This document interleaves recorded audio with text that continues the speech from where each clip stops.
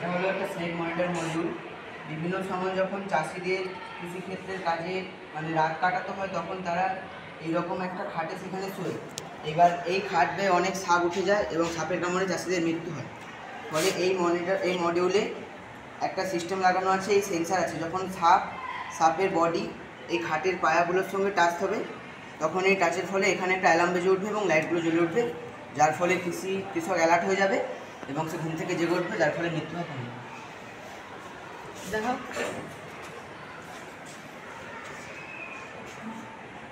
সাপের বডি যখন এখানে টাচ হবে তখন অ্যালার্ম বেজে উঠবে। এটা বানানোর জন্য কি কি লাগিয়েছিস? সেন্সার লাগানো আছে। আচ্ছা, টাচ সেন্সার আছে এখানে? হ্যাঁ, আচ্ছা, আর অডিনো তো আছে। অরিজিনাল আছে। তুই আগে